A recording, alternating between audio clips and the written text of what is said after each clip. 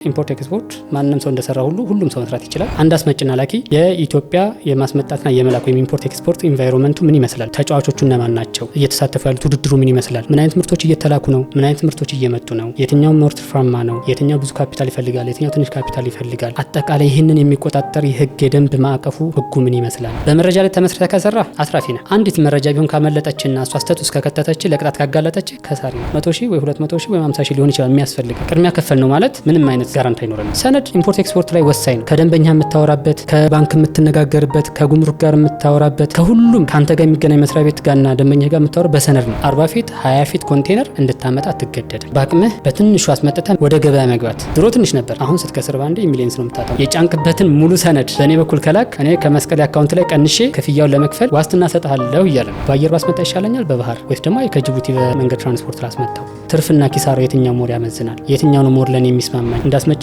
ሪስኩ የበዛ ይኖራል፣ የሚመረጥ ይኖራል። እንደ ላኪ ደግሞ ሪስኩ የበዛ ይኖራል፣ የሚመረጥ ይኖራል። አንድ ሰው ኢምፖርት ሲያደርግ አሁን ያልነውን ስኪሎች ቢይዝ እንኳን ኢምፖርት ከሚያደርግበት ሀገር ትክክለኛውን አቅራቢ እንዴት ነው መለየት የሚችለው? ምንም አስመጭነት ላኪነትም እንበለው ሮኬት ሳይንስ አይደለም። ምንም የተወሳሰበ ነገር የለው። ነገር ግን በእውቀትና በክህሎት ላይ መመስረት አለበት። ዋጋ ስጠይቅ ሌሎች እዛ ጋር ያሉ ተወዳዳሪ ሰዎች ከሚሰጡ ዋጋ በጣም የወረደ ዋጋ የሚሰጥ ከሆነ ፍሬን መያዝ አለብህ።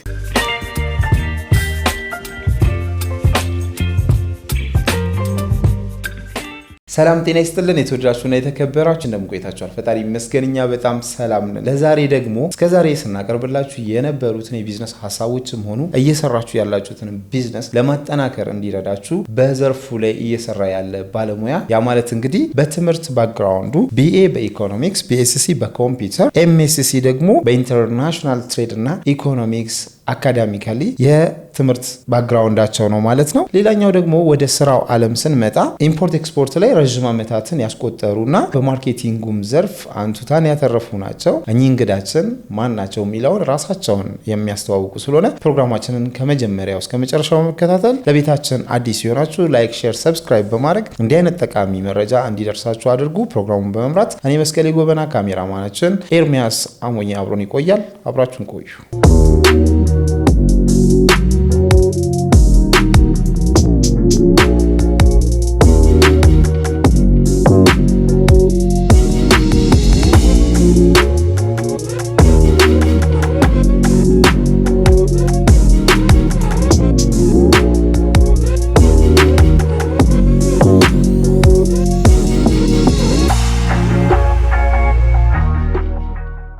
እሺ ሰላም ጤና ይስጥልኝ። ሰላም እንኳን ደህና ቆያችሁ። እንግዲህ ዛሬ በፖድካስታችን ለቤተሰቦቻችን በቢዝነሱ ዘርፍ አሁን እያማከርክ እንደሆነ ሰምተን ነው የጋበዝንህ። ራስህን ከማስተዋወቅ ጀምረህ አሁን የሰማራችሁበት የስራ ዘርፍ ምንድነው የሚባለው? ሲቀጥል ደግሞ ኢንትሮ ላይ መግቢያ ላይ ለመግለጽ ሞክሬ ነበር የትምህርት ባክግራውንድ፣ የስራ ልምድ፣ እነዚህ ነገሮች ጠቅሰን ፕሮግራማችንን ብንጀምር። እሺ ቴንኪዩ፣ በጣም አመሰግናለሁ የፖድካስታችሁ እንግዳ ስላደረጋችሁኝ። ሪሊ በጣም አመሰግናለሁ። ቴንኪዩ ሶ ማች። ያው እንግዲህ ምናልባት ጠቅሰዋል። ስሜ መሐመድ ይባላል። በኢምፖርት ኤክስፖርት ስራ ላይ 14 ዓመት በላይ የስራ ልምዶችን አዳብሬያለሁ። እንዲሁም በማርኬቲንግም እንደዚሁ የተወሰኑ ዓመታትን ሰርቻለሁ። በትምህርት ደረጃ ከአዲስ አበባ ዩኒቨርሲቲ በኢኮኖሚክስ የመጀመሪያ ዲግሪ አለኝ። እንዲሁም በኮምፒውተር ሳይንስ ደግሞ BSc አለኝ። ከዛ በግል ኮሌጅ ደግሞ በኢንተርናሽናል ትሬድ ኤንድ ኢኮኖሚክስ ማስተር ኦፍ ሳይንስ ላይ ሰርቻለሁ። በአሁኑ ሰዓት ላይ ሰበዝ ስልጠናና ማማከር የሚባል ድርጅት አቋቁመን በኢምፖርት ኤክስፖርት ላይ ፎከስ አድርጎ በተለይ ቢዝነስ ስታርታፖች ላይ የማማከር የማሰልጠንና የማደራጀት ስራ እየሰራን እንገኛለን። ከዚህ በተጨማሪ ኢምፖርት ኤክስፖርት ላይ የተሰማሩ ሰዎችን የአዋጭነት ጥናት በማጥናት ቢዝነስ ፕላን በማድረግ እንዲሁም ደግሞ አክቹዋሊ ኢምፖርት ኤክስፖርት ላይ የሚሰሩ ድርጅቶችን የንግድ ፍቃድ ከሀስከፈ በሚባል ደረጃ ፕሮሰስ በማድረግ በማማከርም በማገዝም እየሰራን እንገኛለን። ላለፉት 1 ዓመት ከ6 ወር ከ7 ወር በላይ እንደ ሰበዝ ስልጠናና ማማከር ብዙዎችን አማክረናል። ብዙዎችን ወደ ቢዝነስ አስገብተናል። ብዙዎችም ደግሞ ውጤታማ ሆነዋል። እኛም ደስ ብሎናል ማለት ነው። በጣም ደስ ይላል። እንግዲህ ኢንተርናሽናል ትሬድስ ላይ ያለውን ፖይንት ብናነሳ እኛ ሀገር ላይ ማን ነው ኢንተርናሽናል ትሬድ ውስጥ መሳተፍ ያለበት? ማንስ ነው እየተሳተፈ ያለው? እሱን ነገር ማንሳት እንችላለን። ኦኬ በጣም ጥሩ። በእርግጥ ጥያቄው አዲስ አይደለም። ብዙ የሚነሳ ነገር አለ። ዓለም አቀፍ ንግድ ላይ በተለይ ኢምፖርት ኤክስፖርት ላይ የሚሳተፉት እስከዛሬ ባለው ሁኔታ እስከ ቅርብ ጊዜ ዓመታት እስከዛሬ እንኳን ባንል እስከ ቅርብ ጊዜ ዓመታት ድረስ የሚሳተፉት በጣም ትንሽ የገንዘብ አቅም ያላቸው ዘርፉን ቀድሞ የተቆጣጠሩት ናቸውና ኢምፖርት ኤክስፖርት ላይ ወይም ወደ ዓለም አቀፍ ንግድ ለመግባት ብዙዎቹ ኦልሞስት መንገዱ ዝግ የሚመስላቸው አሉ። የመጀመሪያ የገንዘብ አቅም ይቻላል፣ ኢሚሊየንስ ከሌለ ወደዚህ ነገር መግባት ይቸግራል። በእርግጥ እንደየዘርፎቹ ስቲል ምን ጥያቄ የለውም ኢሚሊየንስ ሊያስፈልግ ይችላል። ሁለተኛው ነገር እንደገና በቃ ለዛ ነገር ለመግባት መረጃውን በቀላል አይገኝም። ለምሳሌ እንዴት አድርገ ነው እንደው በትንሽ የጉምሩክ ሂደቱ ምን ይመስላል፣ ምን አይነት ሰነድ ያስፈልገኛል፣ ደንበኛ እንዴት ነው የማገኘው፣ ደንበኛዬንስ ታማኝነቱን በምን አይነት መልኩ ማረጋገጥ እችላለሁ፣ እቃውን ሳመጣ ችግር ቢገጥሜ በምን አይነት መልኩ ፈታለሁ። ተግባባን። በተለይ ህጎቹን፣ ደንቦች፣ መመሪያዎችን ሳያውቁ ሲያመጡ በሚፈጥሯት ትንሽ ስህተት ጉምሩክ ላይ በ400 ሺህ በ500 ሺህ ምናልባት በሚሊዮን ደረጃ ይቀጣሉ። ስለዚህ እሱ ከስሮ ከዛ ሁለተኛ ስለ ኢምፖርትም ስለ ኤክስፖርትም ማውራት ሳይፈልግ በተለይ ስለ ኢምፖርት ላይ ብዙ ችግር የሚፈጠረው ወደዛ ማውራት አይፈልግም፣ ይወጣል። ሌላኛው ደግሞ ለመግባት ሲል ይፈራል። አሁን ግን አንደኛ መረጃ በየቦታው ግልጽ ነው ይገኛል። ፕላስ ደግሞ እኛም እንደ ሰበ ስልጠናና ማማከር ሌሎችም በተለይ ኢምፖርት ኤክስፖርት አሰራሩን ከሀስከፈ በጣም ቀላል በሆነ መልኩ ኮምፕሌክስ ባልሆነ ምንም በማያካብር መልኩ ማለት መሬት ላይ ያለውን አሰራሩን በተግባር እያሰለጠን እንገኛለን። እንደዛ አድርጎ አሁን ይገባሉ። ሁለተኛ ግዴታ ትልቅ የገንዘብ አቅም መኖር የለበትም ወደዚህ ስራ ለመግባት። የተወሰነ ካለ ሚንሶች አሉ። አሁን ቴክኖሎጂው ተሻሽሏል። ነገሮች ለምሳሌ በፊት ሙሉ ኮንቴነር ካላመጣህ ሊያዋጣህ ይችላል፣ ወይም አክሰሱ ላይኖርህ ይችላል። አሁን ላይ ግን አንተ በቃ የምትችለው ለምሳሌ 10 ትንሽ 1000 ኬጂ ሊሆን ይችላል ማምጣት የምትችለው የሆነ እቃ እኔ ደግሞ 10 ሺህ ሊኖረኝ ይችላል። ኦኬ እኔም አንተም የሆነ ኮንቴነር ተጋርተን በጋራ ማምጣት ይችላል። አንተም በአቅም ታመጣለህ፣ እኔም በአቅም ያመጣለሁ። ስለዚህ የተለየ የፋይናንስ አቅም ላይ ያስፈልገኝ ይችላል። ብቻ ለዛ ለማመጣው እቃ ምን አይነት ሰነድ ያስፈልገኛል፣ ምን አይነት የቁጥጥር ሂደትና የዶክመንት ስራ ያስፈልገኛል፣ በምን አይነት መልኩ አስጭናለሁኝ፣ ጉምሩክ ላይ የሚጠበቅብኝ ክፍያ ምን ናቸው፣ እነዛ እንዴት እወጣለሁ፣ ምን አይነት ስህተት ከተሳሳትኩኝ ጉምሩክ ይቀጣኛል፣ ምን አይነት ስራዎችን ከሰራሁኝ ጉምሩክ ሳይቀጣ በሰላም እቃዬን ያስረክበኛል፣ መሄድ ያለብኝ ሂደቶች ስቴፑን ጠብቄ እንዴት ነው ደንበኛ እንዴት አገኛለሁ፣ የዛን ደንበኛ ታማኝነት በምን አይነት መልኩ ማጣራት እችላለሁ፣ እንዴት አድርጌ ወደ ስራ እሱን ሳስገባል የሚሉት ነገር ላይ በደንብ አድርጎ እርግጠኛ መሆን ነው። እነሱን ነገር ካረግ ማለፍ ትችላለህ። ሁለተኛው ብዬ የማስበው ብዙ ጊዜ ደንበኞች ይመጡና ሰበ ስልጠና ስና ምን ይላሉ፣ የሆነ እሺ ማስመጣት ፈልጌ ነበር፣ እሺ ሌሎች ምን አይነት እቃ ነው የሚያስመጡት፣ እንደው የሚያዋጣ ምንድነው እቃው ንገረን ይላሉ። ለምሳሌ ይሄ እቃ ያዋጣል ሚስተር ኤክስ እያመጣውና ያዋጣል አንተን ታመጣለህ ይላል። እንዴ ካዋጣ ለምን አላመጣም ይላል። እርግጠኛ ነሱ ስላዋጣው አንተን የሚያዋጣሃል። አንደኛ ያን ምርት እሱ የሚያመጣው የት እንደሚሸጥ፣ መቼ እንደሚሸጥ፣ ለማን እንደሚሸጥ፣ በስንት እንደሚሸጥ ያውቀዋል። አንተ ግን ዝም ብለህ አመጣህ ማለት ቢያንስ ለማን እንደሚሸጥ አታውቅም። ስለ ምርቱ በቂ እውቀት የለም።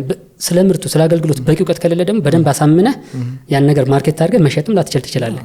ምናልባት የሆነ ሰዓት ላይ ያለህን እቃ በኪሳራም ቢሆን ለሱ አስረክበህ መውጣት ሊሆን ይችላል፣ መሸጥ ሳትችል ስትቀር፣ ወይም ደግሞ የመጋዘን እየቆጠረብህ ማስቀመጥ ሊሆን ይችላል የሚኖር ዕጣ ፈንታ። ስለዚህ መጀመሪያ ከማምጣት በፊት ማምጣት የፈለግከውን እቃ ሎካል ወይም በሀገር ውስጥ ከአስመጪዎች፣ ከአከፋፋዮች፣ ከአምራቾች እየገዛህ ምን አድርግ እየሸጥከው ቴስት አድርግ። ገበያውን አውቀው። ስለ ደንበኞች በቂ እውቀት ይኑረ። ደንበኛ ምንድነው የሚፈልገው፣ ደንበኛው ምርቱ ምን አይነት እውቀት ነው የሚፈልገው፣ እንዴት ነው የሚሸጠው፣ መቼ ነው በደንብ የሚሸጠው። አንዳንድ ሲዝናሊቲ በወቅቱን ጠብቀው የሚሸጡ ነገሮች አሉ። ተግባባን። የክረምት ልብስና አሁን በጋ ላይ አሁን ሰሞኑን አንተ ካልሸጡ ካልክ ያው እብደት ነው የሚሆነው። ሁለተኛ የምታመጣቸውን እቃዎች በደንብ ማርኬት አድርጎ የመሸጥ እንትን አለው፣ የዲስትሪቢዩሽን ቻናል ወይም ደግሞ ይሄ የማከፋፈል መስመሩ አለው። በአጠቃላይ መስመሩ ከሌለ መስመር ልትፈልግ ነው። ገበያው ደግሞ አንተን አይጠብቅም። ፕላስ ተወዳዳሪዎች አሉበት። ስለዚህ ቀድመህ ማጥናት ይጠበቅብሃል ማለት ነው። እነሱን ነገር ካረክ ስለ ምርት በቂ እውቀት ካለ የሚመጣበት ሂደቱን በበቂ ሁኔታ ከተረዳ ስለ ሰነድ አይነቶች ስለ ፍቃድ አይነቶች በደንብ አሰራሩን ካወቅ እዛ ደንበኛ እንዴት አገኛለሁ፣ የምፈልገው ምርት እንዴት አገኛለሁ፣ ጥራቱ እንዴት አረጋግጣለሁ፣ የደንበኛን ታማኝነት በምን አይነት መልኩ ቼክ ማድረግ እችላለሁ የሚለውን ካወቅ ምንም ማስመጭነት ላኪነትም እንበለው ሮኬት ሳይንስ አይደለም። ምንም የተወሳሰበ ነገር የለም። ነገር ግን በእውቀትና በክህሎት ላይ መመስረት አለበት። ዝም ብለህ ተንስተህ ጀምረህ የምታመጣው አይደለም። ቅድም እንዳልኩ አንድ ስህተት ለምሳሌ እንደው መጥቀስ ከተፈቀደልኝ በኢምፖርት አሰራር ሰነድ በኤሊስና በሲኤዲ ሲሆን በባንክ በኩል ይመጣል። ከባንክ ተረክበህ ወደ ጉምሩክ የምትሄደው ዊዝን 5 ዴይስ በ5 ቀን መሆን አለበት። በ5 ቀን ውስጥ ጉምሩክ ሲስተም ላይ ተመዝግቦ አስፈላጊውን የጉምሩክ ክሊራንስ ሂደት መጀመር አለበት። 5 ቀን ካለፈ የቀረጡን 20% ትቀጣለህ። ወይም ደግሞ አስፈላጊው የአስመጭነት ፍቃድ ሳይኖር አንተ የስቴሽነሪ ፍቃድ እያለ አስመጭነት ፍቃድ እያለ እንደው ዝም ብለህ ጎረቤት ሲያመጣ ስላየ የህንጻ መሳሪያ ካመጣ የዛ አስመጭነት ፍቃድ ሳይኖር 2 እጥፍ ቀረጥ ትቀጣለህ። ተግባባ ነው። እነዚህን ህጎች ማወቅ ነው። ተቀጥቼ ስቃው ጀለጋው ኦፍ ኮርስ አው ሊሰጥ ይችላል። በጣም ጥፋቱ ደረጃው ደግሞ እንትን ብሎ ሊወረስም ይችላል። በተለይ ከኳሊቲ አንፃር ወይም ደግሞ አማርት ያለበት ነገር ካላሟላና የሀገሪቱ ያስቀመጠችውን ዝቅተኛ ደረጃ ወይ ሚኒመም ስታንዳርድ ካላሟላ ሊሰጥ ይችላል። ስለዚህ የሚያስፈልገው ትሪኩ ያለ የት ጋር ማለት ነው? እነዚህ ነገሮች ማወቅ ነው። እውቀት፣ ክህሎት፣ መረጃ። ዓለም አቀፍ ንግድ ላይ ሁሉ ይላቸዋለሁ በመረጃ ላይ ተመስርተህ ከሰራ አትራፊ ነህ። አንዲት መረጃ ቢሆን ካመለጠችና እሷ ስህተት ውስጥ ከከተተች ለቅጣት ካጋለጠች ከሳሪ ነህ ወይም ከውድድር ትወጣለህ ቶታሊ። ስለዚህ እነሱ ነገሮች ማወቅ ነው። በጣም ጥሩ። እሺ በእውቀት ደረጃ ይሄን ያህል ከተዘጋጀው ካጠናው ኦልሬዲ ካፓብል ነኝ ብዬ ካሰብኩኝ ኢምፖርት ኤክስፖርት እንደመነሻ ሊስት የሚባል ፕራይስ ቢቀመጥለት በምን ያህል ካፒታል ነው መጀመር የምችለው? ኦኬ የብዙዎች ጥያቄ ስልጠናም ላይ ስናማክርም ሁሉም ኦልሞስት ቢሮ የመጡ ይችን ጥያቄ ሳይጠይቁ ያልፈው ምን አንተ ማስመጣት የፈለከው እቃ ከመጀመሪያ ምንድነው እቃው? ሁለተኛው ያ እቃ ዋጋው ምን ያህል ነው? ከዛ ከምታስመጣበት ሀገር እስከ መጋዘን ድረስ ምን ያህል ወጪ ጨርሶ ይመጣል? የኢንተርናሽናል ወይም የሲፍሬት ኮስት አለበት፣ ኢንላንድ ትራንስፖርቴሽን ኮስት አለበት፣ የጉምሩክ የታክስ የዲዩቲ ክፍያዎች አሉበት፣ ለትራንስፈርና ተያያዥ ወጪዎች የመጋዘን የምትከፍላቸው ክፍያዎች አሉበት። እነዛን ሁሉ ጨርሶ ለመግባት ምን ያህል ያስፈልገዋል? ስለዚህ አንተ ያዘጋጀው ካፒታል ያንን ከቨር ያደርጋል ወይም መሸፈን ይችላል? ካልሸፈነ ቀላል ነው፣ በአቅምህ ማስመጣት ትችላለህ። ተግባባን? ግዴታ 40 ፊት 20 ፊት ኮንቴነር እንድታመጣ አትገደድም። በቃ በአቅምህ በትንሹ አስመጥተህ ምን ማድረግ ትችላለህ? ወደ ገበያ መግባት። በትንሹ ስትገባ አንደኛ ባለህ አቅም ገበያውን ቴስት እያረከው ነው። ሁለተኛ ከሂደቱ ከፕሮሰሱ እየተማርክበት ነው። ኦኬ ትንሽ የሚባለው ነገር ግን እንትን የለውም። ለምሳሌ አሁን እቃ ቢሆን እንበልና እቃ ቢሆን ዝቅተኛ ማምጣት የምችለው የዚህን ያህል ነው፣ የምታገኘው የኤስዲ የዚህን ያህል ነው። ሚኒመም የሚባሉ ነገሮች አይኖሩም? በቁጥር ማስቀመጥ ብንችል። አሁን በቁጥር ለማስቀመጥ እንዳልኩ የየቁ አይነት ይወሰናል። ለምሳሌ ስቴሽነሪ የሚያመጣና ፈርኒቸር የሚያስመጣ የቤት እና የቢሮ ቁሳቁስ የሚያስመጣ እንዳይደለም፣ ትልቅ ማሽን የሚያስመጣና እስክሪብቶ የሚያስመጣ እንዳይደለም አይደለ? ስለዚህ ሁሉም የሚፈልገው ለምሳሌ ማሽነሪ ላስመጣ ብትል አንድ ማሽነሪ ብቻ ይበቃኛል እንኳን ብትል ሚሊየንስ ነው፣ በሚሊየን ነው የሚፈልግብህ። ስቴሽነሪ ደግሞ አይ በቃ ይሄን ያህል ለምሳሌ 2 ጠረጴዛ 10 ወንበር ላምጣ ብትል የሚፈልግብህ አለ አይደለ? ፈርኒቸር ይቅርታ፣ ስቴሽነሪም ልክ እንደዛው። ስለዚህ የምታመጣው ዕቃ ይወስናል ያልኩ ለዛ ነው። ተግባባን? እንዳቅምህ እኮ አልኩ። በኤር ካርጎ እኮ አንድ ዕቃም 2 ዕቃም ታስመጣለህ፣ ችግር የለው። እሱን ለማስመጣት ምናልባት 100,000 ወይ 200,000 ወይ 50,000 ሊሆን ይችላል የሚያስፈልግ። ኢቭን በ25,000 በ30,000 እኮ ልታመጣው ትችላለህ። ትንሽ ዕቃ ወይም ሲንግል የሆነች አይተም። ዋናው ነገር ለዛ ያ ዕቃ ለደንበኛ የምትከፍለው ምን አለ? ክፍያ አለ ወይም ዋጋ አለ። ከዛ እዚህ ድረስ ደግሞ እንዲገባ ደግሞ ትራንስፖርቴሽን እና የፍሬት ክፍያ አለ። ጉምሩክ ደግሞ የምትከፍለው የቀረጥ የታክስ ክፍያዎች አሉበት። አንዳንድ ሂደቶችን የምታስፈጽምበት ሌሎች ምናልባት የማታውቃቸው ሃይድን ኮስት የምንላቸው አሉ። እነዛን ከቨር ያደርጋል ላያደርግም ነው ጥናት የሚፈልገው። ስለዚህ በ100,000 ብር መጀመር ትችላለህ። የምታመጣው ዕቃ ያንስብሃል እንጂ በ1 ሚሊዮን መጀመር ትችላለህ። እሱም ውስን ይሆንብሃል። በ2 ሚሊዮንም በ3 ሚሊዮንም አለ። ለምሳሌ እኛ አንዳንድ ደንበኞችን ያስጀመርናቸው በ2 ሚሊዮን አካባቢ ነው። አንዳንዶቹ በ1 ሚሊዮንም የጀመሩ አሉ። ከዛ ትንሽ ከዶላር ምንዛሪ ለውጥ ጋር ተያይዞ የጉምሩክ የቀረጥ ክፍያዎች ከፍ ሲልባቸው ተጨማሪ ካፒታል ኢንጀክት አድርገው ተጨማሪ ካፒታል አስገብተው ክሊር አድርገው ያወጡ አሉ። እንደዚህ አንኤክስፔክትድ የምንላቸው ነገሮች ሊከሰቱ ይችላሉ። ስለዚህ የምንጀምራቸው ስራዎች በሙሉ ብራቸው ስለበዛ ስላልበዛ አይደለም። ነገር ግን ሚሊየንስ ካፒታል ይዘህ ደንበኛ እንዴት አድርጌ ያሳምናለሁ፣ እንዴት አገኛለሁ፣ ምርቱን እንዴት አድርጌ ፕሮሰስ አድርጌ ልካለሁ ወይም አስመጣለሁ የሚለውን ካላወቅ ምንም ላይሆን ይችላል። ስለዚህ ምን ማድረግ ነው ባጭሩ ነው የምላቸው። ደንበኞችም እኛ ስልጠናና ማማከር ሲመጡ ስናሰለጥንም ስናማክርም ባላቸው አቅም ማስመጣትም መላክም ይችላሉ። ነገር ግን የሚያስመጡት ዕቃ ወይም የሚልኩት ዕቃ ዋጋና እሱን ፕሮሰስ አድርጎ እጃቸው እንዲገባ ወይም ደንበኛቸው እጅ እንዲገባ የሚወስደው ካፒታል መጠን ደግሞ ጥናት ይፈልጋል። ትናንትና ለምሳሌ ቡና ለመላክ ስንት ነበር ሚሊዮን ካፒታል የሚያስፈልገው? 1.5 1 ሚሊዮን አይደለ? ኦፍ ኮርስ በዛን ሰዓት ያለው ዋጋም እንደዛ ስለነበረ ነው። አሁን 20 ሚሊዮንም አይበቃም። ስለዚህ ቡናና ሻይ ባለስልጣን ምን አድርጓል? የቡና ላኪነት ፍቃድ ለማውጣት ፒኤልሲ 20 ሚሊዮን፣ ሶል ካምፓኒ 15 ሚሊዮን ሚኒመም ካፒታል አስቀምጧል አይደል? እሱም ማሟላት አለበት። ያ ማለት እንደ ወቅቱ ይወሰናል፣ እንደ ጊዜው ይወሰናል፣ እንደምትልከው እንደምታስመጣው አይነት ዕቃ ይወሰናል። እንደ ኤክስፒሪየንስ ያው ቢዝነስ ውስጥ ነው ያለው የእናንተ ድርጅት ይሄን ኤክስፒሪየንስ ሼር ማድረግ ይችላል ብላችሁ ሼር የምታደርጉን ነገር ይኖራል? እሺ ቴንክ ዩ በጣም አመሰግናለሁ። የመጀመሪያው እንዳልኩ ድርጅት መመስረት ወይም ደግሞ ስራ መጀመር በአጠቃላይ ቀላል ሊሆን ይችላል። በሞቲቬሽንም ተጀምረዋል። ነገር ግን የየጊዜውን የወቅቱን ሁኔታ ተለዋጭ ሁኔታዎችን እያየ እያጠና አቅደ ማስቀጠል ግን ሌላ ስራ ነው። ስለዚህ ወደ አዲስ ቢዝነስ የሚጀምሩ ሰዎች እንዳልኩኝም ከቅጥር ዓለም ነው ቀጥታ ምናልባትም ጥሩ ደሞዝ ትቼ ነው ወደ ራሴ ቢዝነስ የገባሁት ቀርበው። በዛ አጋጣሚ ግን የተፈተንኳቸው ፈተናዎች ይኖራሉ፣ ያገባኋቸው ውጣ ውረዶች ይኖራሉ። ምንም ጥያቄ የለውም። ያን ነገር ሁሉም ኤክስፔክት ማድረግ አለበት። የመጀመሪያው እሱን ለማስወገድ ግን የመጀመሪያው ጥናት ማድረግ ምንድነው የምናቀርበው ቫልዩ ለሰው የምንሰጠው ምንድነው? ያ ቫልዩ በሰዎቹ ዘንድ ያለው ተቀባይነት ወይም ደግሞ ገዢው እውነት ይፈልገዋል፣ በምን ያህል ዋጋ ሊገዛኝ ይችላል፣ ያንን ነገር ምን ያህልስ ቀጣይነት አለው የሚለው ነገር ማጥናት ይፈልጋል። ሌላኛው ብዙዎች ቢዝነስ ይጀምራሉ ግን ለምን አያድጉም? በዛው ለምን ቀንጭረው ይቀራሉ ካልክ ብዙ ነገሮችን ልታነሳ ትችላለህ። የመጀመሪያው የፋይናንሻል ማኔጅመንት ችግር። ቀጥታ እንዳልኩ ድርጅቱ ገቢ ያመጣል። ገቢ ካመጣ በኋላ ያንን ገቢ የተወሰነ ፐርሰንት ቢያንስ መልሰ ኢንቨስት የማታደርገው ከሆነ ድርጅቱ እየቀጨጨ ይሄዳል። ሁለተኛ ያለህ ምርትና አገልግሎት በምን አይነት መልኩ ነው እያስተዋወቅ እየሸጥክ ያለው? ጥሩ ምርት ጥሩ አገልግሎት እየኖረ ነገር ግን ለደንበኞች ተደራሽ ካላደረግከው የጋን ውስጥ መብራት ማለት ነው። ማንም ሊያውቃህ አይችልም። ስለዚህ በደንብ አድርገህ ማርኬት ማድረግ ያስፈልጋል። ሌላኛው እንደገና ከምንም በላይ እያንዳንዱ ድርጅት የራሱ ማኑዋል ቢኖረው ተተኪ ሰው ማፍራት ዴሊጌት ማድረግ ግዴታ ነው። ሌላኛው እንደ ጀማሪ መጀመሪያ ላይ ማድረግ አለባቸው ያስተውኩት እኔ በጣም የጠቀመኝ ቢዝነስ ፕላን አዘጋጁ፣ የገበያ ጥናት አድርጉ ምናምን ስትላቸው አንዳንዶቹ ተጨማሪ ስራ ነው ይመስላቸው ወይም ደግሞ በጣም ኦቨር አናሊሲስ ማድረግ። በእርግጥ አንዳንዴ ቢዝነስ አይሰራ ኦቨር አናሊሲስ ማድረግ ያው ፓራሊሲስ ነው ይባላል።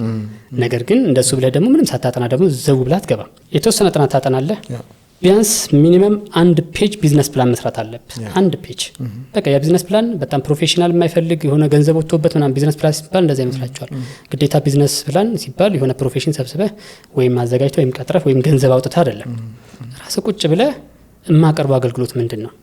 በስንት ነው የማቀርበው ዋጋ? ምን ያህል ኮስት ያስፈልገኛል? ደንበኞች ታርጌት ከስተመሮች እነማን ናቸው አይደለ?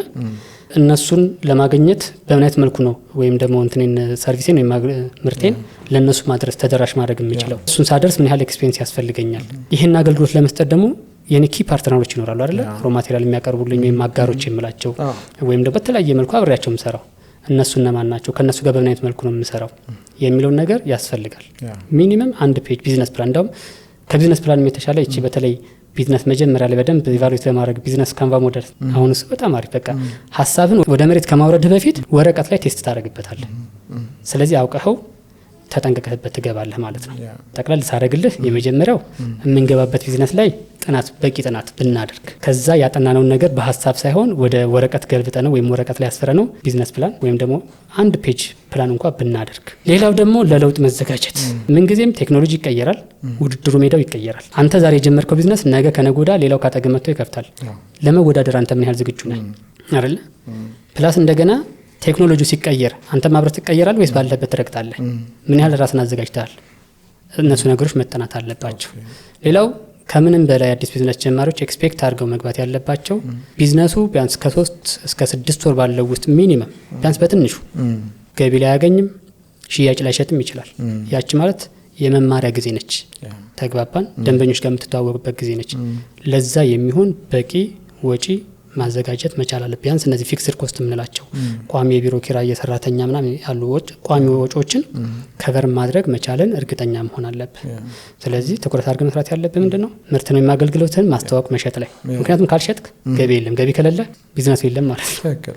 እንዳስመጭና ላኪ አሁን እኛ ምን እላቸዋለሁ ስለ ስልጠና ነው ምን ያካትታል ሲሉ እኛ ስልጠናው የሚያካትተው አስመጭና ላኪዎች የሚያስፈልጋቸው ነው። ለምሳሌ የመጀመሪያው አንድ አስመጭና ላኪ የኢትዮጵያ የማስመጣትና የመላክ ወይም ኢምፖርት ኤክስፖርት ኢንቫይሮንመንቱ ምን ይመስላል? ቢዝነስ ኢንቫይሮንመንቱ ተጫዋቾቹ እነማን ናቸው?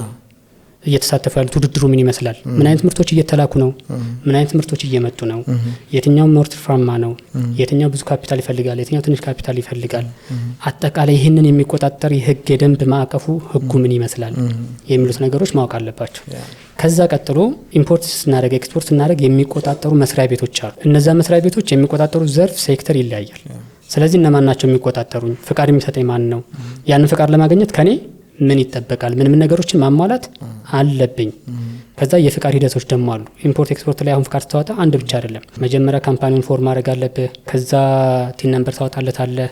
ቲን ነምበር ካወጣ በኋላ ንግድ ፍቃድ፣ ንግድ ምዝገባ፣ ከዛ የብቃት ማረጋገጫ ብሔራዊ ባንክ ላይ ትመዘገባለህ። ጉምሩክ ኮሚሽን ላይ ተመዝግበህ እንዲሁም የሲንግል ዊንዶ ሲስተም ወይም የአንድ መስኮት አገልግሎት የምንለውን መጠቀሚያ ፓስወርድና ዩዘርኔም ታጸድቃለህ። ልክ እነሱ ታሟላ ማስመጣት ወይም መላክ ትችላለህ ማለት ነው። ባወጣው የንግድ ስራ ዘርፍ ብቻ። ተጨማሪ ዘርፍ ከፈለክ እያሰፋ መሄድ አለብህ።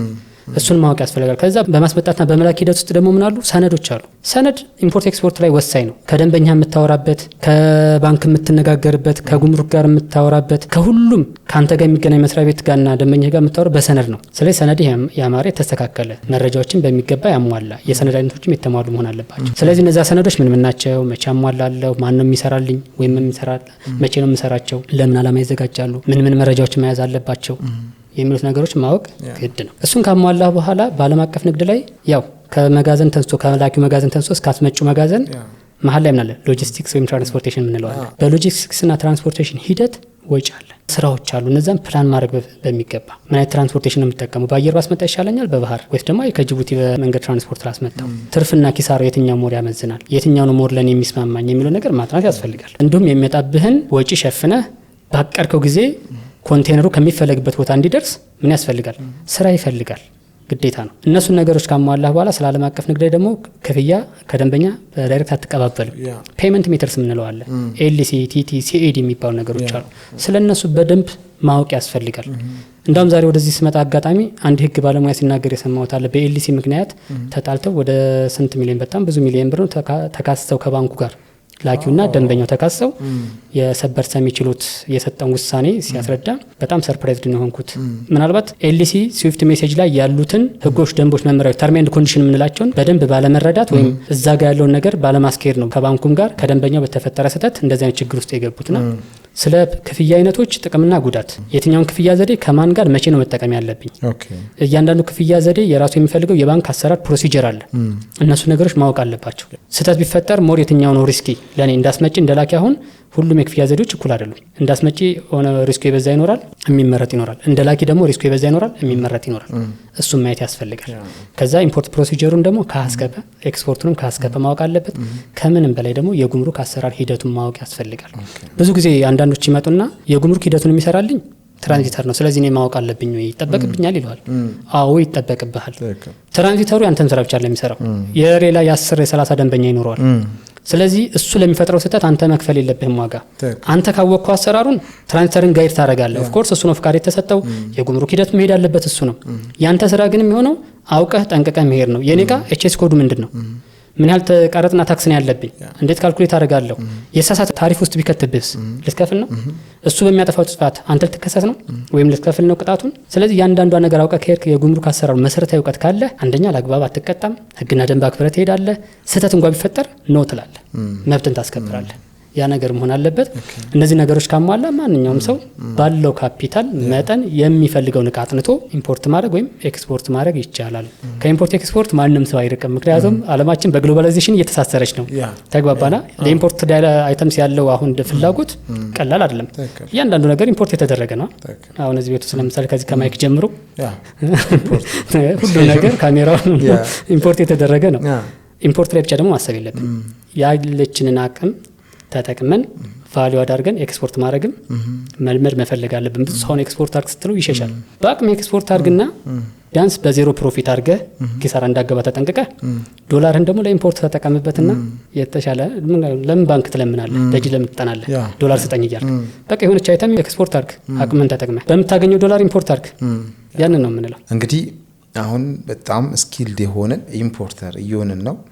ሰው አንድ ሰው ኢምፖርት ሲያደርግ አሁን ያልነውን ስኪሎች ቢይዝ እንኳን ኢምፖርት ከሚያደርግበት ሀገር ትክክለኛውን አቅራቢ እንዴት ነው መለየት የሚችለው? ምክንያቱም የፕራይስ ጉዳይ ስለሆነ ንግድ ስለሆነ። ሲቀጥል ደግሞ ኤክስፖርትም ሲያደርግ ሚዲተሮች በጣም ብዙ ሚዲተሮች አሉና በዚህ ቢዝነስ ውስጥ ደግሞ ኤክስፖርትም ላይ ኢምፖርትም ላይ እዚህ እኛው ሀገር ላይ ራሱ በገዢውና በሻጩ መካከል ልዩነት የሚፈጥሩ አካላት ናቸው የኪሳራ ምክንያት ተደርገው የሚቀመጡት። ሰው እንዴት ነው መለየት የምንችለው እነዚህ? ኦኬ በጣም ጥሩ። የመጀመሪያ ኢምፖርት ስናደርግ ከየትኛው ደንበኛ ንግዛ ነው። በጣም ብዙ ጊዜ መጭበርበር ነገሮች ይኖራሉ። ከኳሊቲ በታች ሆነ ይመጣብናል ወይም ላይ ለከልን ይችላል እኛ ከላክን በኋላ ብዙ ነገሮች ይሄን ለመቅረፍ ብዙ ጊዜ እንደ ሰበዝ ስልጠናም ላይ ማማከርም ላይ የምንለው አንዱ ሪስክ ብለን የምናሳያቸው ከብዙ ሪስኮች ከደንበኛችን ጋር ተያይዞ ያለ ሪስክ ወይም ኮሜርሻል ሪስክ ይባላል። ደንበኛችን ፌል ቢያደርግ ገንዘብ ልከንለት ዕቃ ባይልክልን ወይም ዕቃውን ከላከ በኋላ ሰነዱን ቢያዘገይብን ወይ እስከ ጭራሹ ባይልክልን ተያያዥ አጠቃላይ ከደንበኛችን ጋር ተያይዞ ያሉ ሪስኮች አሉና ይህን ሪስክ ለመቀነስ የመጀመሪያው ስለ ደንበኛችን በቂ ጥናት ማድረግ የመጀመሪያው ያን ደንበኛ የታገኘዋለሁ ነው። ከኦንላይን ሶርሶች ከነ አሊባባም ከነ ሜድ ኢን ኢንዲያ ሜድ ኢን ቻይና ምናምን ዋትኤቨር ታገኘው ትችላለህ።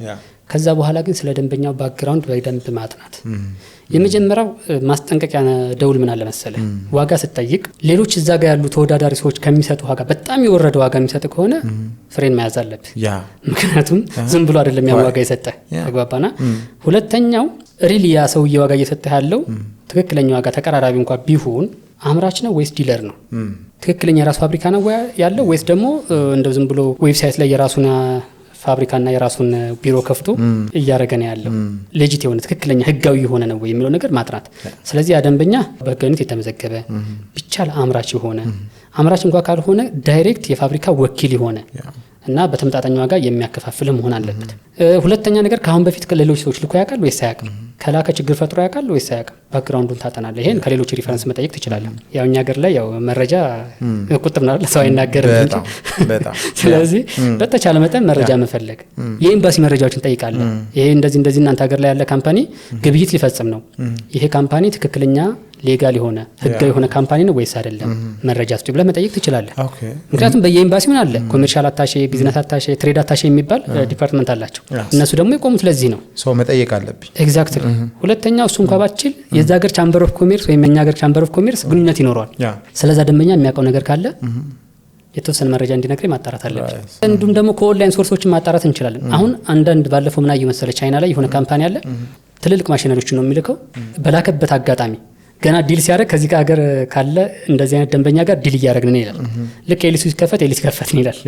ልክ ሲልክ ልከናል ብሎ የላከበትን ቢል ኦፍ ላዲንግ ያስቀምጠዋል። አሁን ይሄ በጣም ማረጋገጫ ቴስቲሞኒ ነው። ስለዚህ ደንበኛችንን ብዙ ገንዘብ ፈሰስ አድርገን ከመግዛታችን በፊት እንደዚህ አይነት መረጃ እንዲሰጠን ካሁን በፊት ልኳል አላከ ቢል ኦፍ ላዲንጉን ቢልክልን መተማመኛ ነው ማጥራት ይኖርብናል። ካሁን በፊት ስለመላኩ እርግጠኛ መሆን አለበት። ነገር ግን ምርቱን እየፈለግ ነው ያ ደንበኛም አዲስ እኛም አዲስ ከሆነስ ነው። እንደኔ ሁለት አይነት ነገሮችን መክራችሁ ለደንበኞቼ ያው ላንተም ብሮድካስተሩ ደንበኞች ዛሬ በነፃ ልንገራቸው ብዬ ነው።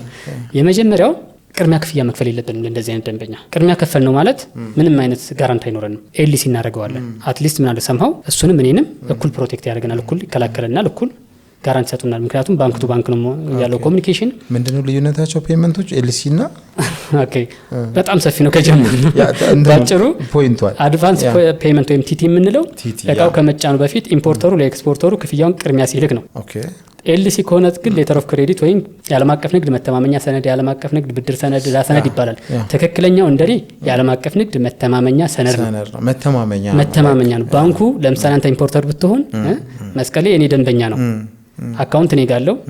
በዚህ ኤልሲ ተርም ኤንድ ኮንዲሽን መሰረት አንተ እቃውን ጭነህ የጫንክበትን ሙሉ ሰነድ በእኔ በኩል ከላክ እኔ ከመስቀሌ አካውንት ላይ ቀንሼ ክፍያውን ለመክፈል ዋስትና ሰጥሃለሁ እያለ ነው። ያኛው ምን እያደረገ ነው? አሁን ሁለታችንም እኩል እየተከላከለን ነው። አንደኛ የእሱ ሰነድ ልክ ሲላክለት ክፍያ ካንተ እስካልቀነሰ ድረስ ምን አያደርግም? ሰነዱን አይሰጥህም። ጠበቀው ማለት አይደለም። ሁለተኛ ደግሞ መጫኑን ሳያረጋግጥ አኮርዲንግ ዶክመንት በሰነዱ ሁኔታ መጫኑን ሳያረጋግጥ ካንተ አካውንት ላይ ቀንሶ ምን አያደርግም? ለደንበኛው ይልክ። ስለዚህ ተከላከለ ማለት ነው አይደለም። ስለዚህ አዲስ ደንበኛ ከሆነ ኤልሲ ቢሆን ሞር ይመከራል። ሴድ የምንለው አለ፣ እሱም ይቻላል። እንደ ኢምፖርተር እንደ ኤክስፖርተር ነው ብዙ የማይመከረው። እሱ ደግሞ ሰነዱ ሲመጣ ብቻ የሚከፈል ነው። ከኤልሲ ትንሽ እንትን ያለ፣ ከቲቲ ደግሞ ትንሽ መሀል ላይ የሆነ ነው። ያው ሰፊ ማብራሪያ ራሱን የቻለ አንድ ሞጁል ነው እኛ ጋርና ያንዳንዱ አሰራራቸው አለና እንዳልኩ ቅድም ዛሬ ካለው የኤልሲ ስህተት አንዱ ምንድነው? እኛ ኤልሲን እያንዳንዷ ነው የምናስተምራቸው። ስዊፍት ሜሴጅ ላይ ያለች ላይን ባይ ላይን ነው እየተረጎምን እያንዳንዱ እዚህ ጋር እንዲህ ብል እንዲህ ማድረግ አለባችሁ፣ ይሄ ማለት ይሄ ነው፣ እዚህ ጋር ይሄ እንዲህ ካለ ሪስክ አለው እያልን ነው የምናሳያቸው። ምክንያቱም ብዙዎች አሁን ችግር ውስጥ እየገቡ ስለሆነ ማለት ነው መጠንቀቅ አለባቸው። ስለዚህ እናደርጋለን እና ነገር ግን ኤልሲ አልፈልግም ቲቲ ወይም አድቫንስ ፔመንት ካላክልኝ አልክልህም ካለስ አንተ ግን እቃውን ትፈልገዋለህ ምን ታደርጋለህ? ፍሬት ፎርዋርደሮች አሉ እዛ ሀገር ላይ፣ እዚህም ሀገር ኦፊስ ያላቸው እዛም ሀገር ኦፊስ ያላቸው አሉ። ስለዚህ አንተ በእነሱ በኩል ክፍያውን መፈጸም። ኢንኬስ ችግር እንኳን ቢፈጠር እነዛ ፍሬት ፎርዋርደሮች ምን ያደርጉልሃል ማለት ነው ከሱ ጋር ኔጎሺዬት የማድረግ የመደራደርና የማስጫን ወይም ደግሞ ፑሽ የማድረግ ፎርስ የማድረግ እንትን ይኖራቸዋል ማለት ነው። በሱ መልኩ ሪስኩን በተወሰነ ደረጃ ምናደርግ ይቻላል መቀነስ ይቻላል። እንደሱ ማድረግ አለብን። እንግዲህ ኢምፖርት ላይ ይሄንን ነው። በዚህ መልኩ ደንበኛችን ማግኘት አለብን። ከዛ ደግሞ ከምንም በላይ ኳሊቲ ያልሆነ እቃ እንዳይልኩብን በተለይ ሚኒመም ኳሊቲ ስታንዳርድ የተቀመጠ ከሆነ በሀገራችን ሕግ ኳሊቲውን ያሟላ ስለመሆኑ ኢንስፔክሽን ሰርቲፊኬት አብሮ መላክ አለባቸው ከሌሎች መሰረታዊ ሰነዶች ጋር። አሁንም ሌሎች መሰረታዊ ሰነዶችን ካነሳን ያው ኦልሞስት ስልጠና ይሆናል። ያው ሰፊ ነው ማለት ነው። ያው እንግዲህ የ3 ሳምንት ስልጠና ባንድ ይሄ በጣም የሚገርም ነው። ስለዚህ በዚህ መልኩ ራሳችንን መጠበቅ ይኖርብናል። ኤግዛክትሊ። ጉድ። እንግዲህ ይሄን ኤክስፖርት ላይ ነው ያልከኝ ሌላ ኤክስፖርት ላይ ኦኬ። ኤክስፖርት ላይ የመጀመሪያው ደንበኛ እንዴት እናገኝ እንዳልከው አብዛኛው ያው በሰርድ ፓርቲ በኩል ወይም ብሮከርስ በኩል በደላሎች በኩል ነው የሚሆነውና ይመስለኛል አንተ ጥያቄ እንዴት ዳይሬክት ራሳቸው ማግኘት ይችላል ያለ ምንም ማከለኛ ወይም ኢንተርሚዲየሪ ሰው እንዴት ያገኛሉ? በጣም አለ። በነገራችን ላይ እኛ ስልጠና ስንሰጥ አንዱ እንደሰበ ስልጠና ምንድነው የምናደርገው ራሳቸው መጀመሪያ ደንበኛ ፈልገው ያገኙ። ነገር ግን ያንን ሂደት አንሄድም ካሉ ደግሞ እኛም ደንበኛ እናፈላልጋለን ነው የመጀመሪያው። ግን እኔም እነሱም ሌላውም ደላላ እንበለው ወይም ደግሞ ብሮከር ያው ደላላ ሲባል ጥሩ ደስ አይል ማስሙ ግን ስራ ነው ትርጉም ነው እንጂ ትርጉም ነው። ያው ብሮከር ሲባል አሁን ሰው በኮንፊደንስ ያወራል። ደላላ ለማለት ሊፈራ ይችላል። ግን ደላላ ማለት ብሮከር ምንም ማለት አይደለም። ያው መሀል ላይ ያለ ሰው ማለት ነው። ስለዚህ ምንድነው ራሱ ያለ ደላላም ያለ መሀል ሰው ማግኘት ከፈለገ የዓለም አቀፍ ፕላትፎርሞች አሉ። ልክ አሊባባ ላይ ገብቶ የትኛውን እቃ ኤክስፖርት የሚያደርግ የሚሸጥ ማን ነው ብሎ ፈልጎ አውርቶ እንደሚገዛ ሁሉ ሌሎችም ትልልቅ ቢዝነስ ፕላትፎርሞች አሉ። ቢ2ቢ የምንላቸው ቢዝነስ ቱ ቢዝነስ ኤክስፖርተር በተለይ አግሪካልቸር ላይ ብቻውን እኛ አግሪካልቸር ነው ምርታችን እንደሚታወቅ እዛ ላይ የሚያገናኙ ፕላትፎርሞች አሉ። እዛ ላይ ገብቶ አካውንት ፈጥሮ ወይም ደግሞ እዛ ላይ ገብተው የግዥ ጥያቄ ያቀረቡ ሰዎችን ዳይሬክት ኮንታክት አድርጎ አድራሻቸውን ወስዶ ምን ማድረግ ይችላል? ኤክስፖርት ማድረግ ይቻላል። እንደውም እኛ በቃ ዘመኑ ያመጣውን ቴክኖሎጂ ካልተጠቀምክ ወደ ኋላ ትቀራለህ አይደለ? እኔ አሁን አንዳንዶቹን አሳያቸውና ሲሉ በቃ ሲምፕል ወይ ብዬ ቻት ጂፒቲ ወይም ኤአይ ተጠቅመው እንዴት ደንበኞች ማግኘት እንደሚችሉ ዞን ሊቲንግ ምንድነው መጀመሪያ ደንበኛን ፈልጎ ማግኘት አይደል? ያው ቻት ጂፒቲ ምን ሰርቶ ይብላል ሰርች ታረጋለህ። ለምሳሌ ደቡብ ኮሪያ ላይ ቡና ገዢዎች አሉ ብዙ የኢትዮጵያ አይደለ? ስለዚህ ደቡብ ኮሪያ ላይ ያለ የቡና ገዥ እንዴት አገኛለሁ? እዛ ቻት ጂፒቲን ሰርች ብታደርገው ሊስት ያው ያደርግልሃል። እስከ አድራሻቸው እስከ ኢሜይላቸው እስከ ስልካቸው ከዌብሳይታቸው አርሞ ያመጣልሃል። እዛ ላይ ደግሞ እንዴት አድርገህ ሜሴጅ ልላክላቸው ካልክ ሜሴጁን ራሱ ከስተማይዝ ያደርግልሃል። ተግባባና በዛ መልኩ ኮንታክት አድርገህ ግን ምን ይፈልጋል? ኮንሲስተንሲ ይፈልጋል። በተከታታይ መልእክት ከላክ በኋላ ለሚጠይቁ ጥያቄ ፕሮፌሽናሊ መመለስ መቻል፣ ስለ ምርት በደንብ ማስረዳት መቻል፣ ተርም ኤንድ ኮንዲሽኖች ላይ ወይም ህግና ደንቦች ላይ ምን ማድረግ አለ በደንብ መከራከር መቻል፣ የራስን ጥቅም ማስጠበቅ። ነገር ግን ደንበኛ በማያረቅ መልኩ ጥሩ ማርኬተር መሆን አለበት። ልክ ራስን እንደምሸጠው ሁሉ እዛ ምርትን ለመሸጥ መቻል ማለት ነው። ቃላት የለንም፣ የእውነት ቃላት የለንም። ምክንያቱም ከምንድን ነው የጀመርነው ምን ላይ ነው እያበቃን ያለ ነው ቢባል እንኳን በጣም ሰፊ ነው፣ ተለጠጣ በጣም ሰፊ ነውና ይሄን ራሱን ወይ ደግሞ ካስኬድ እያደረግን እያሳነስን የምንሄድበትን ስቴፕ ይኖረናል። ሰው ይሄንን ፕሮግራም ለማጠቃለል በምን መልኩ እናጠቃል? እንግዲህ ስለ ቢዝነስ እናጠቃልል። ማንም ሰው እንዳልኩ ቅጥር ዓለም ጥሩ ይሆን ከቅጥር ዓለም መውጣት ከፈለገ ወይም መጀመር ከፈለገ ስለ ቢዝነስ በደንብ ጥናት ያርግ። ቢያንስ አንድ ፔጅን ብትሆን ቢዝነስ ፕላን ወይም ደግሞ ቢዝነስ ካንቫ ሞዴልስ የምንላትን ፕላን ያርግ። ከዛ መጨረሻ ላይ በየሂደቱ ግን ለሚመጡበት ለውጦች ውድድሮች ራሱን ያዘጋጅ። ተግባባናል? እንዴት አድርጎ ማርኬት እንደሚያደርግ ያው የፈጠረውን እሴት ወይም ቫልዩ ለሌሎች ማስተዋወቅ መሸጥ መቻል አለበት። ሲሸጥ ግን በአንድ ሀብታም ለመሆን የተጋነነ ዋጋ ሳይሆን ደንበኛው ሊከፍለው በሚችለው ዋጋ መሆን ማረጋገጥ አለበት። ከዛ ለሚመጡ ለውጦች እንዳልኩ ራሱን አዘጋጅቶ አስቸጋሪ ሁኔታ ገጥሞት እንኳን ከቢዝነስ መውጣት ቢኖርበት ካልቻለ ማለት ያው ብዙ ፋክተሮች አሉ ኢንተርናል እና ኤክስተርናል የምንላቸው አይደለ? ከሁለት አንዱ በሚመጣው በቃ መቀጠል አያስችለኝም እንኳን ካለ ቀድሞ ዛሬ ላይ ሆኖ ነው ነገ ማሰብ ያለበት። እንዴት ነው አሁን እኔ ድርጅት ሰበዝ ለምሳሌ የዛሬ አመት ስንጀምረው ዛሬ ላይ ምን መድረስ እንዳለበት አስቀምጠናል፣ ቪዥን አስቀምጠናል። እዛ የሚያደርሰን ደግሞ ምን አድርገናል? ሚሽን አስቀምጠናል። ቪዥን ዛት ሚሽን ዘ ቴሌቪዥን ይባላል። ስለዚህ ቪዥንም ዝም ብላ አስቀምጠ እንደው እዚህ ደረጃ ደርሳለሁ ብለህ ግን የምትደርስበትን ወይም መንደፍ አለብህ። ያ ሚሽን ይባላል። ያው እንደምናውቀው ባጭሩ እንደው ቀለል ስናደርገው ሞር ቴክኒካል ሳናደርገው ብዬ ነው። ከዛ የራስን ቫልዩ ፕሮፖዚሽን ታስቀምጣለህ፣ ትሄዳለህ። ነገር ግን እንደዛም ሆነ ሰርተ ለውጦችን እንትን ብለህ እንደው ቢዝነስ ላይ መቀጠል እንኳን ባይኖርብህ ደስ ባይልም ሀሳቡ እንዴት አድርጌ አትሊስት ኢንቨስት ያደረኩትን አስጠብቄ ከቢዝነሱ ወጥቼ ሌላ ቢዝነስ ይጀምራል የሚለውን አሁን ላይ ነው ማሰብ ያለብህ። ይሄ ሟርት አይደለም ግዴታ። ቢዝነስ ላይ ማትረፍ አለ መክሰር አለ። ብታተርፍ እንዴት አድርገህ ቢዝነስን አሳድጋለሁ ብለህ አሁን ነው ፕላን ማድረግ ያለብህ። ብትከስርና መውጣት ግድ ቢሆን እንዴት ጥቅምህን አስጠብቀ አትሊስት ኢንቨስት ያደረግከውን አስጠብቀ መውጣት እንዳለብህ አሁን ላይ ነው ማሰብ ያለብህ። ነገን ፈርተህ ፎርካስት ማድረግ አለብህ።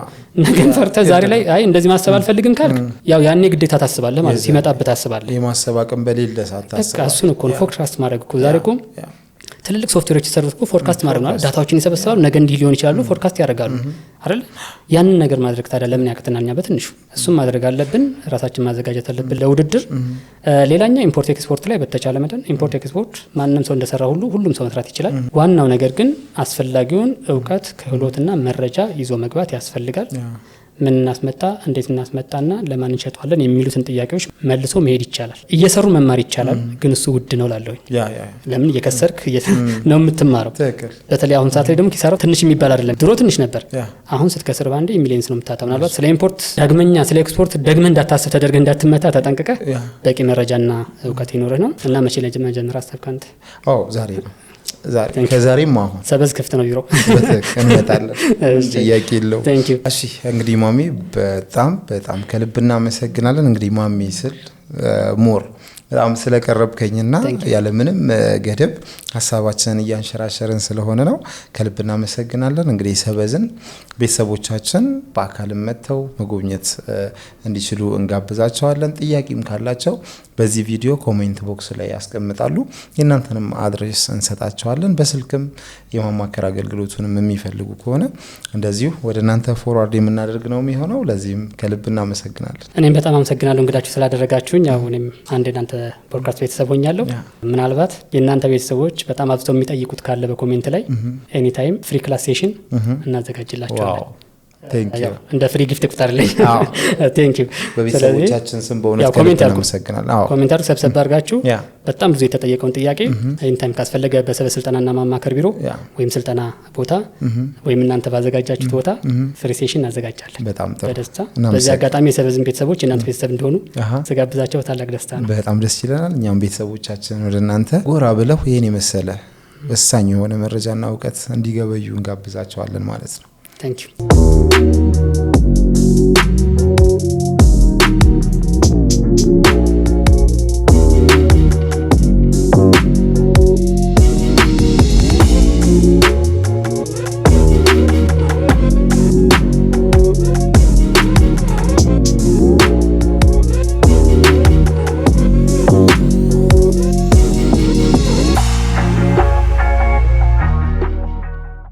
እንግዲህ የተወደዳችሁና የተከበራችሁ ቤተሰቦቻችን ባያችሁት መልኩ በጣም ሰፊ የሆነ ፖድካስት አድርገናል። በዚህ ፖድካስትም ደግሞ የቢዝነስ ሀሳቦች ተነስተዋል። ስለ ኢምፖርትና ስለ ኤክስፖርትም አንስተናል። ነገር ግን እዚህ ጋር ያወራነው ብቻውን በቂ እንዳልሆነም ደግሞ ትረዱናላችሁ ብለን እናስባለን። ምናልባትም ያነሳናቸው ሀሳቦች ለእናንተ ሙሉ መልስ ከሆኑ እሰየው፣ ነገር ግን ጥያቄዎች ይኖሯቸዋል ብለን እናስባለን። እነዛን ጥያቄዎቻችሁን ኮሜንት ቦክስ ላይ አስቀምጡ። እነዚህን ኮሜንቶች ደግሞ ኮሌክት አድርጉ።